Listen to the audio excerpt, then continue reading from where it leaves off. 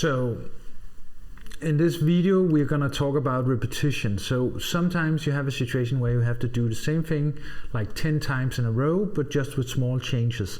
And when you have to do that, it's kind of annoying to copy paste the code many times below you. Instead, you can actually think in terms of making a for loop that repeats something for a while, maybe 10 times or something. And in that sense, you get a simplified way of doing it. So we're going to show just the code way of doing it, and then I'm also going to show a little bit of where and when it's relevant. So it's relevant when you are actually doing something like with new pixels. So when you have a long string of pixels on your screen that you're going to work with, and I just wanted to see if I could find it. I have it here, so let me show you. So when we have one of these guys here, for example, so this here is like a row of pixels, and maybe you want to turn every one of these or something like that. And in that case, instead of copy pasting the command for each pixel and then have many lines of pixels, you can just do one command and then do a for loop that runs through and does the same command on all the pixels. So in code and how to do this, you can see an example of doing exactly that down here, where we have a for loop here setting everything to black, for example, setting everything to 0, 0, 0. And the for loop starts with a 4, and then it runs until a num lets the amount of lets that is kind of in the system. And I want to code that with you now and just do it simple with the serial prompt. So I have a little sketch open here, and it's very simple. We have a serial begin, and then we have hello world, and then we can start playing around with a for loop. I think actually we're just going to do it up here in setup because we are just going to do it once. So let's say that we want to print something out. Like let's say I just want to count to 10 and print 1, 2, 3, or 0, 1, 2, 3, 4, 5, 6, 7, 8, 9, and 9 I want to count. So I can do that simply by doing this and saying 0, and then I can copy that, and I can do 1, and then I can copy that, and I can copy that, and this is starting to get tedious and boring and a lot of code. So now we are counting to 1, 0, 1, 2, 3, 4, and so forth, and 5 is enough. So it's counting to 5. And also notice that within programming you always start with 0. You never start with 1, and kind of be aware of this when you program. You will realize it in a later state why that is actually a good strategy to do. So first of all, we need to, I just want to see that I'm recording fine. So first of all, in this case here, let's try to upload it and see if it works. So I'm uploading it to the board. I have the board on the bench, as you know. So this is just the board I'm running it on. And then I can go in here and see what's going on. So it says hello world, that's this one, and then it says 0, 1, 2, 3, 4. Okay. So that's one way to do it, but this is tedious and annoying, and especially if you are thinking in terms of having 1,000 things you need to do, then it especially gets tedious. So what you can do instead is actually to make a counter, for loop that counts up. So the way the syntax is this, and then we need to kind of go through it together and figure out if what actually is here. So what I'm doing here is I'm making a for, and then I'm saying there's 3 sections here, and this should be a semicolon, and that is a semicolon, correct. So then there's 3 sections. There's this section, and this section, and this section here. And these 3 sections kind of is the way you structure counting up. So first of all, see this as this one repeats whatever is in this scope as many times as this logic tells it to do. That's it. And we have an integer that's a whole number, so we have like some counter number, and we define it as I, it could be anything. I is just index, so it's kind of common to use that. And we set it to 0 from the beginning. So this defines the starting point. The starting point is 0, and the name of the variable we're using is I. And then we say I should run, or this for loop should run as long as I is less than 10. So as long as I is less than 10, run this for loop. And this one here says for each time you run this for loop, increment with 1, add 1 to it. Remember how we could increment with +1 and stuff like that in the counter example earlier? So I equals I plus 1. So here it adds 1 to I all the time. Every time it goes through the loop, it will add 1 to I. At some point it will be 10, and then when it's 10, it's no longer less than 10, and then it will not do it. So let's try to run it. See what happens. So it says hello world. And then we got a lot of zeros. So the question is, why did we get a lot of zeros? Well, because we are saying repeat this for 10 times and print out 0. And here's the interesting part, because we can change this to I, to the counter, and then we actually get the number that's inside it. So every time it loops, it will say 0, 1, 2, 3, 4, 5, 6, 7, 8, 9, and it ends at 9. And notice how it ends at 9. So what we're doing now is actually using a for loop to run through something and do something with it. In this case, very simple. It's just printing the value of I out. But if we were using the new pixels and we were doing kind of stuff with these guys here, then we could actually do it to kind of print out the color on each pixel.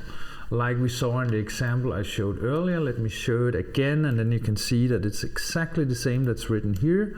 Let me just see if I can figure out how to zoom in a little bit. That is actually working awesome. So here you can see the for loop, and it says for, and then it says int I equals 0, start with the 0, and the number of lets on your new pixels, and that's defined in this code, it's defined up here as 21. And then say increment with 1 every time, set the let with the current index to color 0, 0, 0, which is black. So this little for loop just turns off all the lets to black. So yeah, that's the basics of running a kind of a for loop and having a for loop kind of print out something.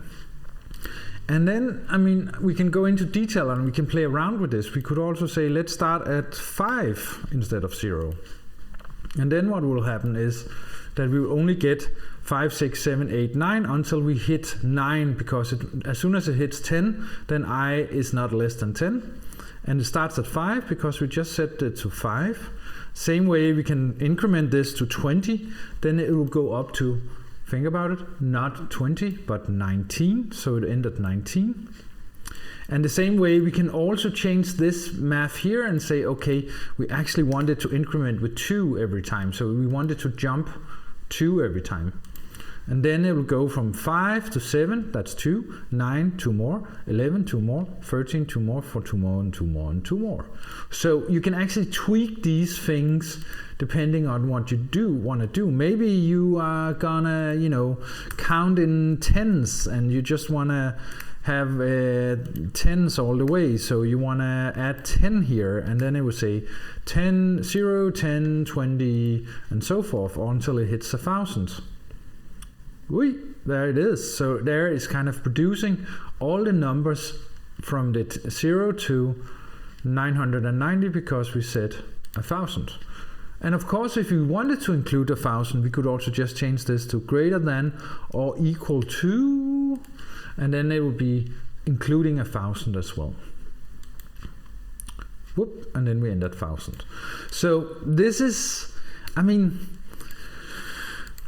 this is a complicated way compared to what 99% of the time what you want to do is just to run through some, and increment with 1 every time. So you usually have something like this where you start at 0, you have to have it less than something like 10, and then you increment with 1 every time. And then you use that number for something down here.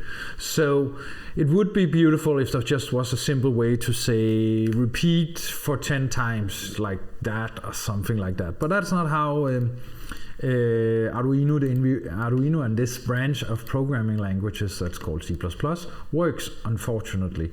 So we have to write this super complicated for loop to get it working, and it takes like a little bit of time and be like, oh, okay, that's what it does. And just to repeat it, because it took me quite a long time myself to understand this, so I just want to repeat it. So what happens is the code goes into setup, and then it sets up the serial port to 9600. Then it says hello world, it prints hello world. Then it goes to the for loop and it says, oh, okay, I need to repeat something. And I need to repeat, my counter is I and it's equal to 0. So that's my starting value. And I should be less than 10, and I should be added 1 every time I go through the for loop. So right now I is 0, and then we go in here and we say 0 print, and then this will be a 0. And then it goes down here, and then it says, okay, can I do it one more time? Jumps up here, it checks. First it adds 1, so it says, okay, I equals I plus 1, that is 1. And then it says, is 1 less than 10? Yes, it is. Okay, I can go into this one again, and then this one becomes 1. And then it goes down here, and then it jumps up here again, adds 1, and that would then be 2. And then it says, is 2 less than 10? Yes, it is. Okay, I can then print out 2, and it goes on like that until it hits 9, because 9 is the largest number that is less than 10. And be careful, because you can quickly jump into situations where actually this will never end, and then your code will just go on forever. So if you say I is greater than -10, for example, then it will always, because it adds it plus up 1 every time, so it will always be greater than -10, and then it will just be bigger number, and it will just keep on going. So just be a little bit aware when you play around with these things that sometimes you kind of get your code stuck somewhere and it can't get out of it. Alright, so just to add a little bit, there is another way to write this, and that is actually a while loop. And while loops are not common to use, but I just want to show you so you know it exists.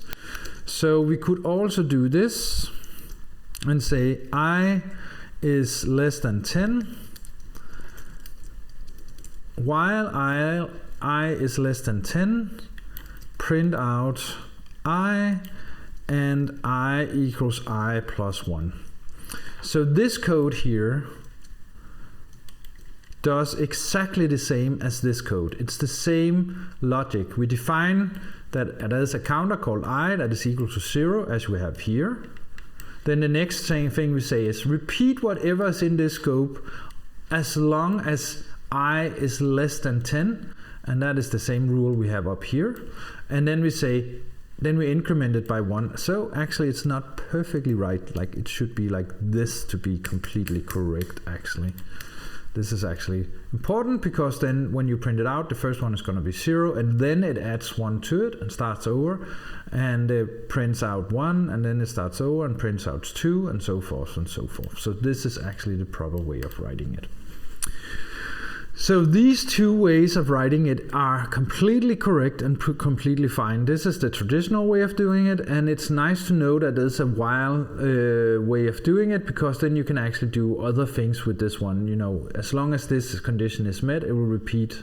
So you can also say while, I don't know, while the button is pressed, do something, or while time is less than something, do something. So you can kind of use this with other things than just a counter as we're doing here. I think that is the short and quick introduction to for loops and while loops.